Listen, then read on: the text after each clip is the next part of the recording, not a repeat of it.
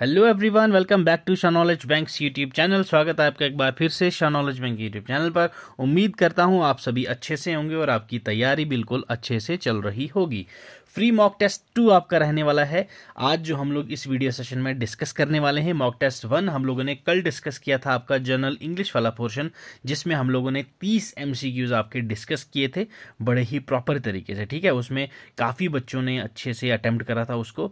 आज हमारा mock test 2 रहने वाला है, जिसमें हम लोग बात करेंगे जीके और करंट अफेयर्स की 25 मार्क्स की। ठीक है, जीके इसमें हम लोगों ने कंक्लूड नहीं किया है। इस वाले मॉक टेस्ट में आपको सिर्फ प्रॉपर करंट अफेयर्स देखने को मिलेंगी। ये करंट अफेयर्स में स्टार्ट कर रहा हूं आपकी 24 जनवरी से। ठीक है, जनवरी फरवरी ऐसे करके ये स्टार्टिंग के 2 मंथ्स की आपको करंट अफेयर्स इस वाली वीडियो सेशन में देखने को मिलेगी। ये आपका इकलौता ऐसा मॉक टेस्ट नहीं है, ऐसे मॉक टेस्ट आपको 20 से 25 करवाए जाएंगे आपके जूनियर असिस्टेंट के एग्जाम के लिए, Jammu and Kashmir Ladakh high court में जो आपका कंडक्ट होगा फरवरी या फिर मार्च में आपका एग्जाम कंक्लूड हो जाएगा भाई। क्लियर? तो उसी के लिए हमारा ये मॉक टेस्ट सेकंड रहने वाला है। ऐसे काफ़ी सारे मॉक टेस्ट आएंगे, अगर चैनल पर नहीं हो तो ज्वाइन कर लीजिएगा और वीडियो को लास्ट तक देखिएगा। PYQs आपका मैंने देखा भाई साहब, प्रीवियस ईयर पेपर्स देखे, वो क्वेश्चंस मैंने देखे, तो जिस प्रकार से वो करंट अफेयर में क्वेश्चंस पूछते हैं तो उसी हिसाब के क्वेश्चंस मैंने आपको इस वीडियो लेक्चर में करवाए हैं। ठीक है भाई, तो चलो स्टार्ट करते हैं बिना टाइम वेस्ट किए। करंट अफेयर्स और जीके वाला पोर्शन आपका 25 नंबर का है, तो हमारा इसमें टारगेट होगा भाई 25 में से 25 लाने का, क्योंकि ये इजी है और ये हमारे हाथ में है। इंग्लिश में 1-2 क्वेश्चन आपके छूट सकते हैं, हम मानते हैं भाई, बट यहाँ पे आपके मार्क्स नहीं छूटने चाहिए। ठीक है, तो चलो स्टार्ट करते हैं भाई। आज का जो हमारा सेशन है, इसमें हमारा करंट अफेयर्स रहने वाले हैं, जो टॉप 25 MCQs। ठीक, इसकी जो PPT है वो विद एक्सप्लेनेशन आपको हमारे टेलीग्राम चैनल पे मिल जाएगी फ्री ऑफ कॉस्ट। इसको भी आप डाउनलोड करके रिवीजन पर्पस के लिए रख सकते हैं। बाकी हमारा इंस्टा हैंडल और एक्स अकाउंट ज्वाइन कर लीजिएगा, यहाँ पे आपको डेली करंट अफेयर्स की स्निपेट्स मिल जाती हैं भाई। चलिए आ जाओ पहले सवाल पर भाई। पहला क्वेश्चन आपसे क्या बोला गया है? In the Australian Open 2024, Australian Open 2024 against which seeded player did Sumit Nagal secure victory to make him history? ठीक है, सुमित नागल जी ने ऑस्ट्रेलियन ओपन 2024 जीता था। ठीक है, किस प्लेयर के अगेंस्ट जीता था, ये आपसे यहाँ पे पूछ लिया गया है भाई। यस, क्या वो अलेक्जेंडर साशा बुबलिक थे, मैट्स विलिंगर थे, क्या ये कार्लस अल्कजार थे, या फिर राफेल नडाल थे? कौन थे भाई? यस, तो यस, हमारे जो सुमित नागल जी हैं, ये इन्होंने किसको हराया भाई? आपके अलेक्जेंडर साशा ब्यूबिक को। क्लियर है, याद रखना ये। और ये जो सुमित नागल जी हैं, इसी के साथ इन्होंने ये इतिहास बना दिया, ये पहले इंडियन हैं। क्लियर है, याद रखना है भाई आपने, ये फर्स्ट इंडियन हैं जिन्होंने क्या किया है भाई साहब, जो आपका सिंगल मेन ड्रॉ इन्होंने जीता है ग्रैंड स्लैम के अंदर। क्लियर है, ग्रैंड स्लैम के अंदर इन्होंने ये जीता है। इनसे पहले ऐसा नहीं, इनसे पहले किसी ने जीता नहीं था।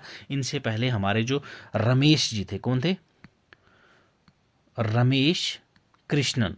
ओके, रमेश कृष्णन जी ने ये जीता था खिताब भाई। कब जीता था? 1989 के अंदर। किसके अगेंस्ट? मैट्स विलेंडर को इन्होंने हराया था। ठीक है, मैट्स विलेंडर, ये आपके वर्ल्ड नंबर 1 थे। ठीक है, वर्ल्ड नंबर 1 थे ये। ठीक है, मैट्स विलेंडर, इनको हराया था 1989 के अंदर। और ये जो हैं आपके अलेक्जेंडर साशा ब्यूबिक, ये वर्ल्ड नंबर 27 थे जिनको हराया है, और ये आपके कजाकिस्तान के। क्लियर, याद रखना है आपने, ये कहाँ के हैं? कजाकिस्तान के, कजाकिस्तान के रहने वाले हैं अलेक्जेंडर साशा बुबलिक। क्लियर। और जो आपने सुमित नागल जी हैं, ये आपको हरियाणा के देखने को मिलते हैं। कभी कभी ये स्टेट भी पूछ लेते हैं, ये कहाँ से बिलोंग करते हैं, तो ये आपके कहाँ के हैं भाई? हरियाणा के हैं। क्लियर, याद रखना है आपने ये। तो ये थे हमारे सुमित नागल जी, पहले इंडियन। रमेश जी के बाद, रमेश जी ने 89 में जीता था, और ये इन्होंने अभी जो 2024 वाला ऑस्ट्रेलियन ओपन हुआ है उसमें इन्होंने ये खिताब जीता मेरे भाई। क्लियर है, चलो अब चलते हैं अगले सवाल की ओर भाई।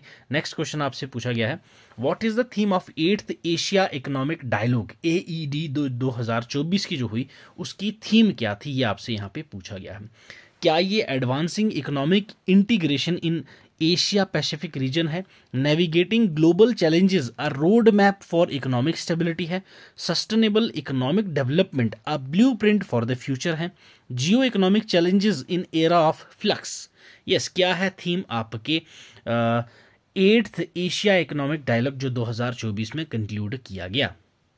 यस, बताएं भाई। तो इसका है भाई साहब थीम आपकी जियो economic challenges in era of flux. अब बात कर लेते हैं हमारे जो हमारा एट्थ एशिया इकोनॉमिक डायलॉग हुआ, ठीक है, 2024 का। ये हुआ कहाँ पे? ये आपका जॉइंटली ऑर्गेनाइज्ड कराया गया था। कहाँ पे? ठीक है, जॉइंटली ऑर्गेनाइज कराया गया आपका एक तो मिनिस्ट्री ऑफ एक्सटर्नल अफेयर्स के द्वारा, ठीक है, साथ ही साथ में Pune international, okay, Pune international centre.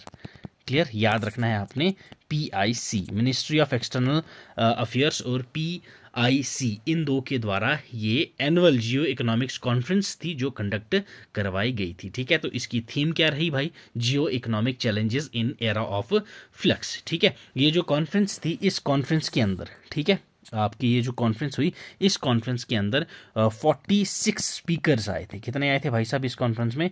46 speaker आए थे। कितने देशों से? 11 कंट्रीज से। ठीक है, ये भी आपको याद रखना है। 11 देशों से 46 आपको देखने को मिले। कौन भाई? स्पीकर्स देखने को मिले। और उसमें हमारे कितने? 12 सेशंस हुए थे 3 दिन तक लगातार। ठीक है, इसमें टॉपिक्स क्या रहे थे?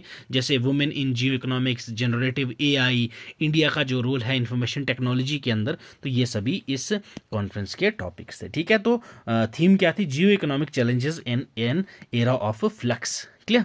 चलिए अगला सवाल देखिए sir. Who has been appointed as the brand ambassador of RuPay prime volleyball league season 3? RuPay prime volleyball league season 3 जो है भाई साहब, इसके ब्रांड एम्बेसडर किसको अपॉइंट किया गया? आमिर खान, शाहरुख खान, ऋतिक रोशन या फिर Akshay Kumar? Yes, brand ambassador आपसे पूछा गया है for rupee prime volleyball league 3।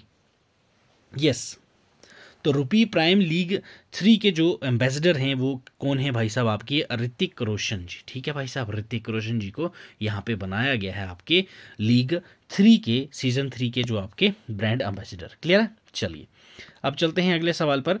What is the name of the mission aiming to launch the world's first wooden satellite into the orbit? ठीक है भाई साहब, ये जो आपको सैटेलाइट के बारे में क्वेश्चन 101% श्योर शॉट आएगा ही आएगा, क्योंकि ये मैंने लास्ट 3-4 साल के पेपर आपके उठा के देखे हैं, तो उसमें ये पक्का पूछा जाता है। ठीक है, तो चलो बताओ भाई साहब, पहली वुडन सैटेलाइट कौन सी है? LignoSat, wood sat, eco orbit या बायोग्रेड सैट एंडिवर? तो yes, it's LignoSat. Option A हो जाएगा आपका करेक्ट आंसर। लिग्नोसैट जो है आपकी नासा और प्लस साथ में कौन है? JAXA. Clear, NASA and जाग्सा।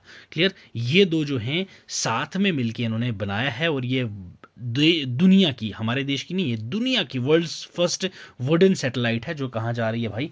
Orbit में जाएगी। क्लियर, नासा और जाग्सा ने ये बनाई है, ये लॉन्च की है इन्होंने। ये आपको दोनों एजेंसियां पता होनी चाहिए भाई। क्लियर है? चलो अब चलते हैं सर अगले सवाल की तरफ। यस, नेक्स्ट क्वेश्चन देखिए आप लोग भाई। Which airport is set to house the world's first green hydrogen plant as per recent announcement by Cochin international airport limited?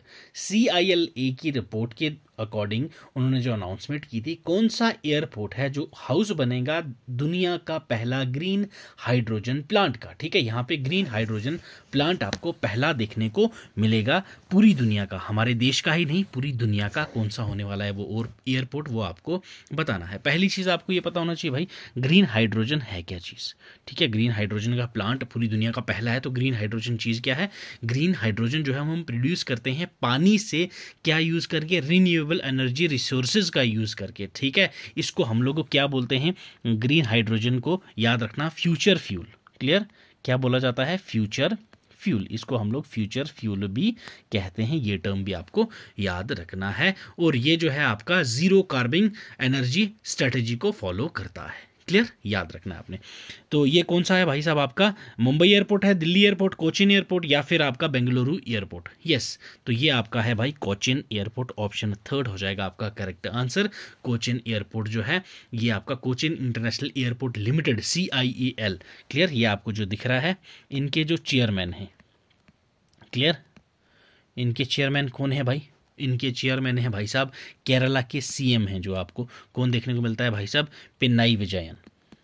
Okay, पिन्नाई Vijayan जी हैं इनके सीएम, तो वही हैं आपके सियाल के चेयरमैन भी। क्लियर है? तो इनकी प्रेजेंस में ये आपका जो है लेजिस्लेटिव कॉम्प्लेक्स के अंदर ये एक्सचेंज सेरेमनी आपकी एग्रीमेंट को साइन करा गया था। क्लियर? याद रखना है ये भी आपको मेरे भाई। तो इट्स कोचिन एयरपोर्ट। क्लियर? चलो यस, आ जाएं अगले सवाल पर। The government of India and Asian development bank has signed a dash loan. ठीक है, अमाउंट बताना है कितने अमाउंट का लोन एग्रीमेंट जो है वो एक साइन किया गया है, किसके लिए, ताकि वो जो फ्लड और एरोजन रिस्क की मैनेजमेंट के लिए जो अपना किस रिवर बैंक पे है, ब्रह्मपुत्र रिवर बैंक जो आसाम में है, उसको प्रोटेक्ट करने के लिए, उसको स्ट्रेंथन करने के लिए हमने कितने मिलियन डॉलर का लोन एडीबी से लिया है वो आपको बताना है। क्या ये 200 मिलियन डॉलर का है, 300 मिलियन डॉलर का है, 400 मिलियन डॉलर का है, या फिर 450 मिलियन डॉलर का साइन किया है?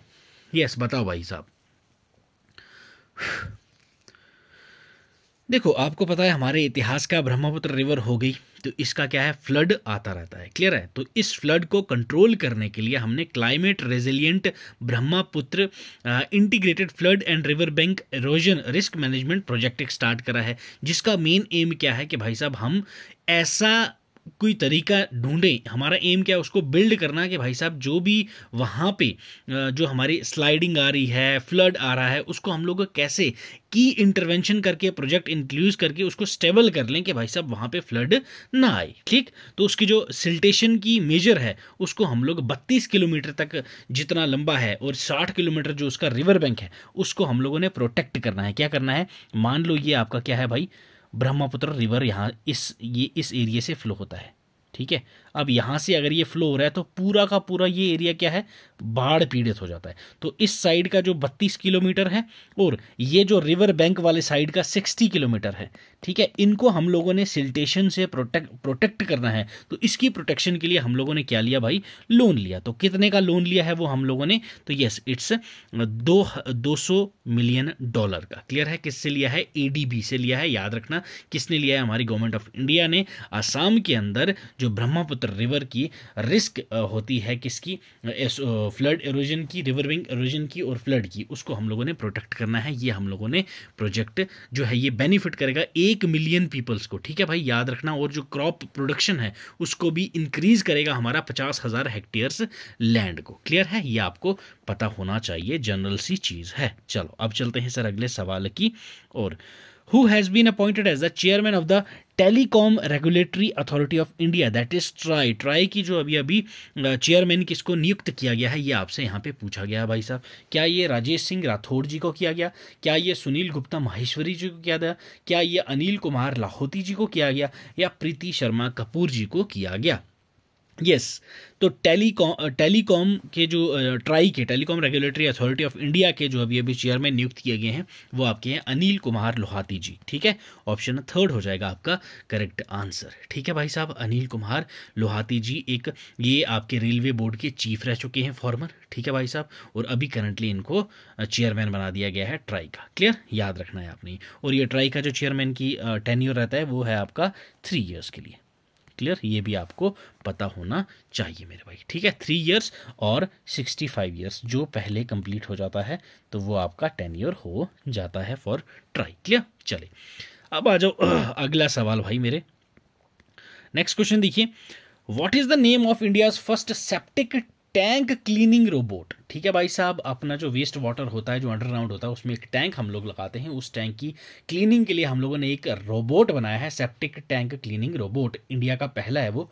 तो क्या नाम है उसका? स्वच्छ SVS1, रोबो क्लीनर बेटा, क्लीन टेक 5000, होमोसेप एटम।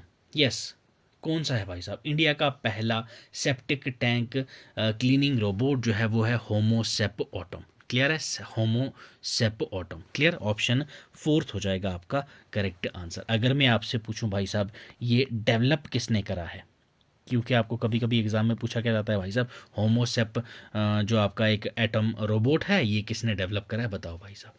यस, तो ये किसने करा है भाई साहब? Department of science and technology, department of science and technology. ठीक है, उसके बाद आपके पास है नेक्स्ट टेक्नोलॉजी बिजनेस इंक्यूबेटर जो आपका कहाँ का है, IIT मद्रास। ठीक है, IIT Madras and department of science and technology, ये दो आपको याद रखना है, इन दोनों ने मिलके इसको डेवलप करा है। क्लियर है, याद रखना आपने, department of science and technology and IIT Madras. Homosep Atom, ये हमारा इंडिया का पहला सेप्टिक टैंक क्लीनिंग रोबोट है। क्लियर, चलो अब चलते हैं सर अगले, ये है आपका होमोसेप, आपका जो है ये होमोसेप एटॉम जो आपका सेप्टिक क्लीनिंग रोबोट है। क्लियर, चलिए अगला सवाल आ जाओ भाई साहब।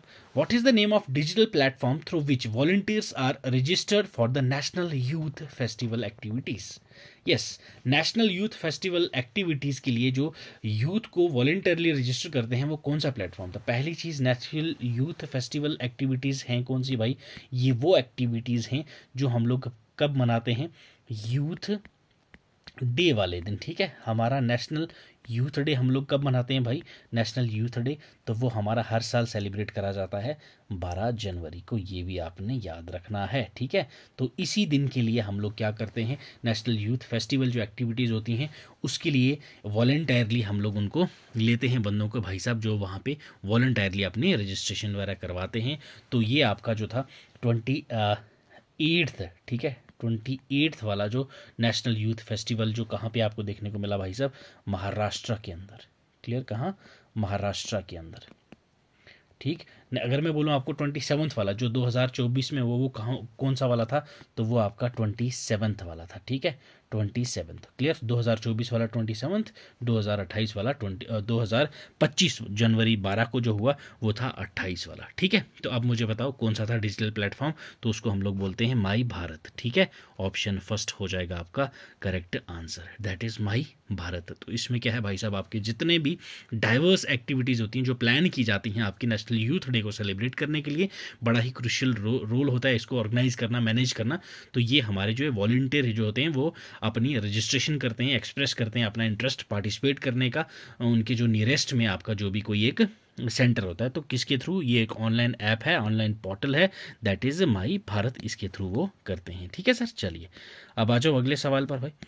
Who approved group insurance scheme? Important question, one of the most important scheme है भाई ये, group insurance scheme for CPLs, that is casual paid laborers। ठीक है, casual paid laborers engaged by BRO, border road organization। ठीक है भाई साहब, जो आपके पिछड़े इलाके होते हैं उन इलाकों में आपके जो BRO है वो हायर करती है, ठीक है, कैजुअल पेड लेबर्स को। तो उनके लिए एक ग्रुप इंश्योरेंस स्कीम लॉन्च की गई है। तो वो किसने लॉन्च की है ये आपसे पूछा गया है। क्या ये प्राइम मिनिस्टर ने किया, फाइनेंस मिनिस्टर ने किया, या डिफेंस मिनिस्टर ने किया, या होम मिनिस्टर ने किया? तो ये किसने किया भाई? हमारे होम मिनिस्टर। होम मिनिस्टर हमारे कौन है भाई? होम मिनिस्टर, सॉरी नहीं, डिफेंस मिनिस्टर। डिफेंस मिनिस्टर हमारे कौन है आपको पता ही है भाई, that is Rajnath Singh ji. Clear, Rajnath Singh ji. ठीक है, राजनाथ सिंह जी ने ये आपका क्या किया भाई साहब, ये अभी अप्रूव की है ये जो आपकी ग्रुप इंश्योरेंस स्कीम है। इसमें आपका क्या होगा भाई साहब, 10 लाख तक का, ठीक है, 10 लाख रुपीज़ आपके मिलेंगे उसकी फैमिली को, अगर वो जो बंदा है आपका कैजुअल पेड लेबर उसकी डेथ हो जाती है। ठीक है, उसकी फैमिली होगी या फिर उसकी नेक्स्ट टू किन को मिलेगा ये। क्लियर, याद रखना ये इम्पोर्टेंट स्कीम है भाई साहब। क्लियर, किसने किया था ये? हमारे जो हम अपने डिफेंस मिनिस्टर हैं राजनाथ सिंह जी ने ग्रुप इंश्योरेंस स्कीम, जो आपके कैजुअल पेड लेबरर्स होते हैं जो BRO के साथ बेचारे काम करते हैं रिमोट एरियाज में। क्लियर, ये आपको याद रखना है, बड़ा ही इंपॉर्टेंट क्वेश्चन था ये। चलिए अब चलते हैं सर अगले सवाल की तरफ। चलो, ये क्वेश्चन मैंने 2023 का इसलिए डाला ताकि हम लोग 24 वाला भी डिस्कस कर लें और 25 वाला भी डिस्कस कर लें। यहाँ पे एक क्वेश्चन में हम लोग 3 क्वेश्चन निकाल लेंगे। इन which state will the Khelo India youth games 2023 be hosted? 2023 वाला कहाँ पे होस्ट हुआ था? तो ये आपका हुआ था भाई मेरे कहाँ पे, तमिलनाडु के अंदर। अगर मैं आपसे पूछूं खेलो इंडिया, ओके, खेलो इंडिया यूथ गेम्स 2024 कहाँ कंडक्ट हुई? खेलो इंडिया यूथ गेम्स आपकी जो होती हैं ये 2025, ये कहाँ कंडक्ट होगी? क्लियर, ये तो होगी 2 पॉइंट। क्लियर, उसके बाद अगर मैं आपसे बात करूं मेरे भाई कि खेलो इंडिया यूथ जो आपकी विंटर्स वाली गेम्स होती हैं, ठीक है, एक तो आपकी जो नॉर्मल है ये तो समर वाली आ गई, एक आपके पास होती है कौन सी, जो विंटर्स में हम लोग सेलिब्रेट करते हैं, खेलो इंडिया, ओके, खेलो इंडिया ये इंपॉर्टेंट है, विंटर गेम्स, ठीक है। खेलो इंडिया विंटर गेम्स की अगर मैं बात करूं तो ये 2024 में कहाँ पे कंडक्ट की गई, ये भी आपको पता होना चाहिए, ये सारों की आपको पता होना चाहिए। अब नेक्स्ट चीज़, पहले बात कर लेते हैं विंटर वाली की। तो विंटर वाली आपकी कहाँ कंक्लूड हुई थी भाई, लद्दाख एंड जे.एंड.के, ठीक है। लद्दाख एंड जम्मू एंड कश्मीर के अंदर आपको ये कंक्लूड होते हुए देखने को मिली थी, ठीक है। अगर मैं बात करूँ विंटर्स वाले का मैस्कट क्या था, ठीक है, तो इसका मैस्कट आपको क्या देखने को मिला भाई साहब, शीन ए शे, शीन ए शे या शीन ए शान, क्लियर, ये इसका मैस्कट था, ये आपको याद रखना है विंटर वाली का, क्लियर है।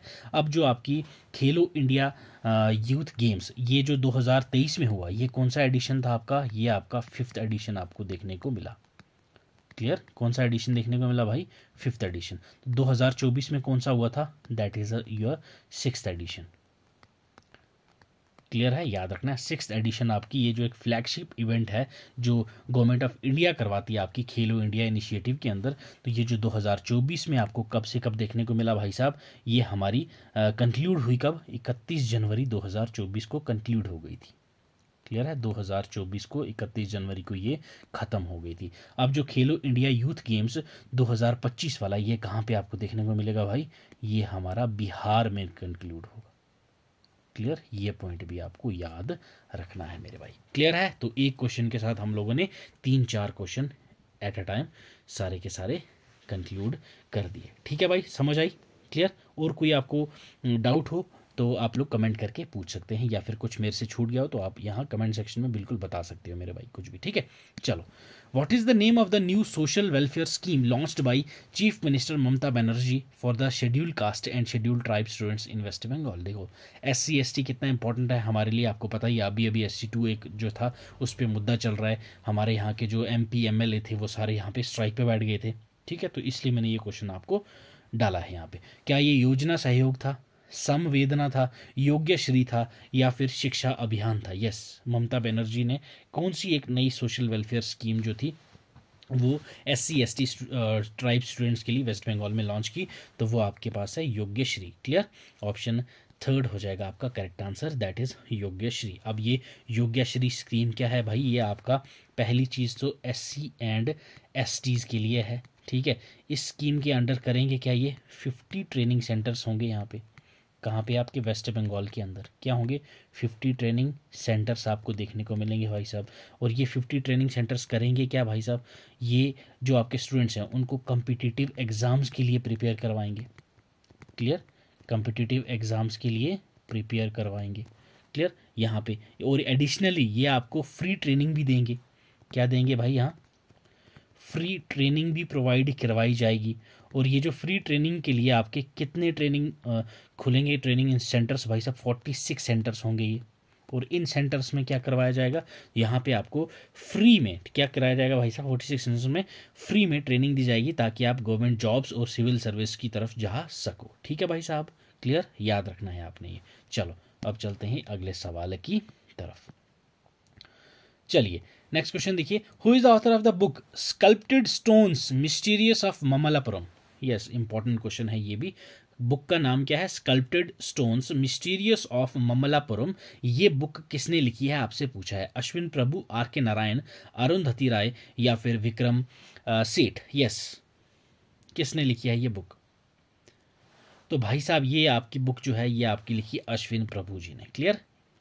इंपॉर्टेंट सवाल है, डायरेक्ट सा लिखा हुआ है, डायरेक्ट सी आपको बुक दी रखी है भाई साहब, किसने लिखी है, तो ये ऑथर हैं अश्विन प्रभु जी, और इसको पब्लिश किया है तुलिका बुक्स ने, ठीक है, पब्लिश बाय तुलिका बुक्स। ये एक कैप्टिवेटिंग एक्सप्लोरेशन है जो आपको बताता है कि भाई साहब हमारा जो एनिग्मेटिक वर्ल्ड है एंशिएंट स्कल्पचरल आर्ट का, वो आपका क्या है, स्कल्प्टेड स्टोन्स। इसमें आपको पोर्टल दिखने को मिलेंगे किसके, ममलापुरम की जो इलस्ट्रियस पास्ट है हमारा, उसमें जो रीडर्स को आर्किटेक्चरल मार्वल्स, कल्चरल हेरिटेज वगैरह, यहाँ पे आपको सारी चीज़ें इस बुक्स में देखने को मिलेंगे भाई। तो ये अश्विन प्रभु जी के द्वारा लिखी हुई किताब है, क्लियर। चलो, who is India's oldest test cricketer, ठीक है भाई साहब, who passed in February 2024, Feb 2024 में किसका देहांत हुआ है जो हमारे इंडिया का सबसे पुराना टेस्ट क्रिकेटर था? क्या ये अंशुमन गायकवाड़ था, सुशील गायकवाड़ था, विजय प्रकाश गायकवाड़ था, या दत्ताजी राव गायकवाड़ था? तो यस, इट्स दत्ताजी राय गायकवाड़ जी, जो हमारे इंडिया के सबसे पुराने टेस्ट क्रिकेटर थे, जिनकी अभी अभी फरवरी 2024 के अंदर क्या हो गया था भाई, देहांत हो गया। क्लियर? चलिए अब चलते हैं सर अगले सवाल की ओर। नेक्स्ट क्वेश्चन देखिए, what is the objective of the हमारा संविधान हमारा सम्मान कैंपेन? हमारा संविधान हमारा सम्मान कैंपेन का जो ऑब्जेक्टिव है वो क्या है, ये आपसे यहाँ पे पूछा गया है।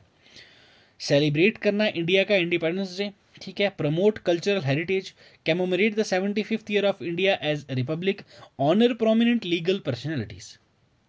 तो यस, जो ऑब्जेक्टिव है हमारा संविधान हमारा सम्मान कैंपेन का वो है to commemorate the 75th year of India as a republic. ठीक है भाई, ऑप्शन थर्ड हो जाएगा आपका यहाँ पे करेक्ट आंसर। ठीक है भाई साहब, ये जो कैंपेन है इसका एम है रीअफर्म करना हमारी कलेक्टिव कमिटमेंट को। किसको भाई साहब? जो हमारे प्रिंसिपल्स हैं, जो हमारे कॉन्स्टिट्यूशन ऑफ इंडिया में मेंशन किए गए हैं, तो उन सबको हम लोगों ने क्या करना भाई, एक नई दिशा में लेना, उसको एक जस्टिस में दिलाना।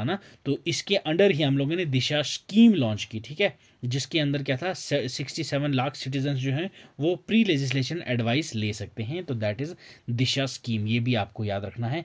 इसी के तहत हम लोगों ने ये लॉन्च की थी भाई, that is Disha scheme. Clear? ये भी आपको इंपॉर्टेंट हो जाता है, इसी के अंडर हम लोगों ने ये भी लॉन्च की थी भाई। ठीक है, चलो अब चलते हैं अगले। हाँ, लीगल अन्याय के लिए हम लोगों ने एक यूनिफाइड लीगल इंटरफेस, ठीक है, UII भी हम लोगों ने एक लॉन्च किया था भाई, जहाँ से आप लीगल एडवाइस ले सकते हो, लीगल तरीके से असिस्टेंस ले सकते हो। इसी टाइम पे ही हमने वो लॉन्च किया था, दैट इज़ न्याय सेतु। क्लियर? ये भी आपको याद रखना है, न्याय सेतु। ठीक है, तो ये आपका कोर्ट के रिलेटेड ही है भाई साहब, यहाँ से आपको जस्टिस मिलता है, उसके बाद आपको लीगल असिस्टेंस मिलती है, तो न्याय सेतु भी आपको पता होना चाहिए मेरे भाई। क्लियर? चलिए अब आ जाओ अगले सवाल की ओर। ये इंपॉर्टेंट क्वेश्चन है, ये आपको पता होना चाहिए। Who authored the book Fertilizing the Future? Bharat's March Towards Fertilizer Self Sufficiency। ठीक है भाई, जो आपका फर्टिलाइज़र है उसमें हम लोगों ने सेल्फ सफिशिएंट होना है, वो उस पर एक बुक लिखी गई है, that is fertilising the future. ठीक है भाई साहब, वो जो रिलीज़ की गई थी हमारे वाइस प्रेसिडेंट जगदीप धांकर जी के द्वारा। ठीक है, इनके ऑथर कौन है? क्या ये जगदीप धांकर जी खुद हैं, मनसुख मांडविया जी हैं, भूपेंद्र सिंह जी हैं, सुष्मिता मुखर्जी हैं? यस, बताएं कौन है इसके ऑथर? तो भाई साहब ये जो बुक है ये लिखी है मनसुख मांडविया जी ने। किसने लिखी है? मनसुख मांडविया जी ने लिखी हुई है। और ये जो आपकी बुक है ये रिलीज़ की गई थी आपके वाइस प्रेसिडेंट जगदीप धांकर जी के द्वारा। ठीक है, और ये जो बुक है इसमें ये minister of chemicals and fertiliser हैं ये आपके मनसुख मांडविया जी। ये डॉक्टर मनसुख मांडविया जी जो हैं ये आपके minister of chemicals and fertiliser भी हैं। इन्होंने ही आपकी फर्टिलाइज़र को सेल्फ सफिशिएंस बनाने के लिए इंडिया को ये एक बुक बनाई है। और इस बुक का हिंदी में भी ट्रांसलेशन आपको अवेलेबल है, जिसका नाम है उर्वरक आत्मनिर्भरता की राह। ठीक है भाई साहब, ये जो हमारी प्राइम मिनिस्टर नरेंद्र मोदी जी की लाइन पे चल रहे हैं, जो उन्होंने आत्मनिर्भरता का एक स्लोगन चलाया था कि भाई साहब भारत को आत्मनिर्भर बनाना है, that is India's self reliant. ठीक है भाई साहब, ये जो आपका सेक्टर है made in India, make in India, उसके अंडर ये काम करेगा। क्लियर है? चलो अब चलते हैं सर अगले सवाल की तरफ।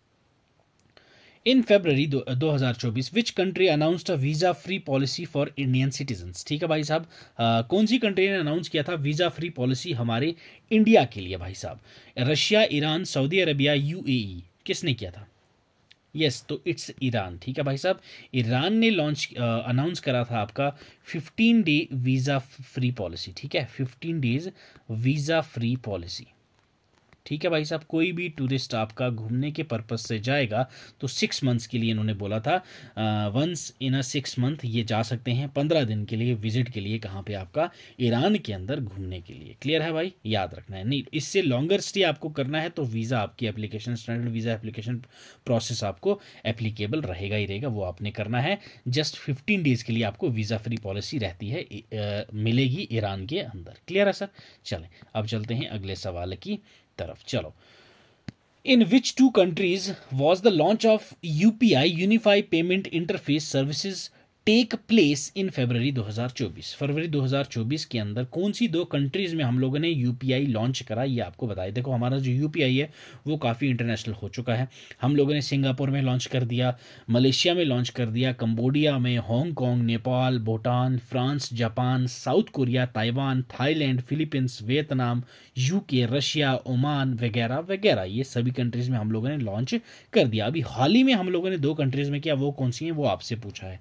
क्या ये श्रीलंका एंड मालदीव्स हैं, मॉरिशिया मालदीव्स हैं, श्रीलंका सिंगापुर है, श्रीलंका मॉरिशियस है। यस, तो ये जो फेब में लॉन्च किया था वो हम लोगों ने श्रीलंका और मॉरिशियस के अंदर किया था। ठीक है, ऑप्शन 4 हो जाएगा आपका करेक्ट आंसर। ठीक है भाई साहब, यूपीआई और रुपे सर्विसेज जो हैं वो हम लोगों ने यहाँ पे लॉन्च किया। ठीक है, याद रखना है ये पॉइंट भी आपने। क्लियर, चलो अब चलते हैं सर अगले सवाल की तरफ। ठीक है, इंपॉर्टेंट क्वेश्चन है again, which experiential learning program has been launched by ministry of education to develop leadership qualities in students. ठीक है भाई साहब, एक एक्सपेरिमेंटल लर्निंग प्रोग्राम है ये भाई साहब जो आपका मिनिस्ट्री ऑफ एजुकेशन ने लॉन्च करा है ताकि जो स्टूडेंट्स के अंदर लीडरशिप क्वालिटीज हैं वो बिल्डअप हो। क्या ये प्रधान है, प्रकृति है, प्रेरणा है या प्रमोद है? यस, कौन सा प्रोग्राम लॉन्च किया है भाई मिनिस्ट्री ऑफ एजुकेशन ने? तो वो है आपका प्रेरणा। ओके, ऑप्शन 3 है आपका करेक्ट आंसर। ये एक एक्सपेरिमेंटल है, लर्निंग प्रोग्राम है जिससे आपकी लीडरशिप क्वालिटीज़ हम लोगों ने बच्चों के अंदर बिल्डअप करना है। और ये जो प्रेरणा वाला प्रोग्राम है ये आपका न्यू एजुकेशनल पॉलिसी जो हमारी 2020 है उसके तहत ये स्टार्टअप किया गया है। ठीक है भाई साहब, और इसी के अंदर हमारी जो प्रेरणा है ये आपका एक वीक लॉन्ग रेजिडेंशियल प्रोग्राम होगा। क्या होगा? एक हफ्ते का रेजिडेंशियल प्रोग्राम होगा। इस प्रोग्राम में होगा क्या भाई साहब आपका? ठीक है, इस प्रोग्राम में 20 स्टूडेंट्स बुलाए जाएंगे। क्लियर है, डिफरेंट डिफरेंट स्टेट से, different different areas of the nation से, जिसमें 10 बॉयज़ होंगे ओके एंड 10 गर्ल्स होंगी। ठीक है, इन 20 में आपके 10 गर्ल्स एंड 10 बॉयज़ को बुलाया जाएगा जो अलग अलग एरिया से पार्टिसिपेट करेंगे इस प्रोग्राम में। और ये जो सेशन है ये हेल्ड कहाँ पे होगा? आपका गुजरात के अंदर। क्लियर है, कहाँ होगा सर ये? गुजरात के अंदर। गुजरात में कहाँ पे अगर मैं बोलूँ तो वडनगर में। ओके, वडनगर के अंदर आपको देखने को मिलेगा। यहाँ पे आपका एक वर्नेकुलर स्कूल है। ठीक है भाई साहब, ये स्कूल जो है आपका 1888 में फाउंड किया गया है। यहाँ पे इन बच्चों को ये प्रोग्राम में पार्टिसिपेट करवाया जाएगा और यहाँ पे वो फिलॉसफीज़ वो सब यहाँ पे सिखाया जाएगा बच्चों को। क्लियर है, 9th से लेके 12th क्लास के ये बच्चे होंगे। क्लियर, 9th क्लास से लेके 12th क्लास तक के बच्चे यहाँ पे पार्टिसिपेट कर सकेंगे। ठीक है, तो वो जो आपका एक प्रोग्राम जो स्टार्ट करा गया है उसका नाम है प्रेरणा। क्लियर, चलो चलें सर अगला सवाल देखें। Where has the railway implemented AI for crowd control during upcoming Magh Mela? ठीक है, अपकमिंग माघ मेला को कंट्रोल करने के लिए एक AI हमने क्राउड कंट्रोल सिस्टम इंप्लीमेंट किया है। तो वो कहाँ पे किया है भाई साहब? इंडियन रेलवे ने कहाँ किया है? लखनऊ, रामबाग, प्रयागराज या झांसी? यस, कहाँ पे किया गया ये? तो भाई साहब ये आर्टिफिशियल इंटेलिजेंस एक इम्प्लीमेंट किया हमने। जो रेलवे स्टेशन है वो है आपका प्रयागराज के अंदर। ठीक है भाई साहब, प्रयागराज के अंदर है। तो यहाँ पे जो एडमिनिस्ट्रेशन है माघ मेला को कंट्रोल करने के लिए, क्राउड कंट्रोल करने के लिए प्रयागराज में AI कंट्रोल हम लोगों ने यहाँ पे इंस्टॉल करा है। ठीक है, और ये रेलवे ऑफिशियल और डिस्ट्रिक्ट एडमिनिस्ट्रेशन इसको कोऑर्डिनेट करेगा। डिवोटीज जो वहाँ पे आते हैं वो 14 होल्डिंग एरियाज पे रुकेंगे, इंक्लूडिंग जो 7 आपके प्रयागराज जंक्शन के अंदर आपको देखने को मिलता है भाई। क्लियर है, तो इट्स प्रयागराज। ठीक है, AI क्राउड कंट्रोल हम लोगों ने प्रयागराज में स्टार्ट करा है। Clear. Who recently achieve the historic feat of the becoming the first Indian to win stage at Dakar rally? Okay, Dakar rally के अंदर पहला ऐसा है जिसने एक स्टेज जीता है, पहला भारतीय है वो जिसने हिस्ट्री बनाई है। वो कौन है भाई? ये आपसे यहाँ पे पूछा गया है। क्या ये नारायण कार्तिकेयन है, करुण चंदोक है, हरित नोआ है या अजय रिश्ता है? यस, तो भाई साहब ये आपके हरित नोआ जी हैं, जो पहले इंडियन बने हैं जो ढाकर रैली स्टेज जीते हैं। ठीक है भाई साहब, हरित नोआ जी के बारे में बताऊं तो ये शेरको टीवीएस रैली फैक्ट्री स्क्वाड से बिलोंग करते हैं, ये वहाँ के राइडर हैं और इन्होंने हिस्ट्री बनाया है स्टेज 8 जो रैली 2 क्लास है ढाकर रैली में जीतने की। ठीक है भाई साहब, और ये एक जर्मनी बॉर्न राइडर हैं। क्लियर है, कौन है भाई साहब, ये याद रखना है आपने, जर्मनी बॉर्न राइडर।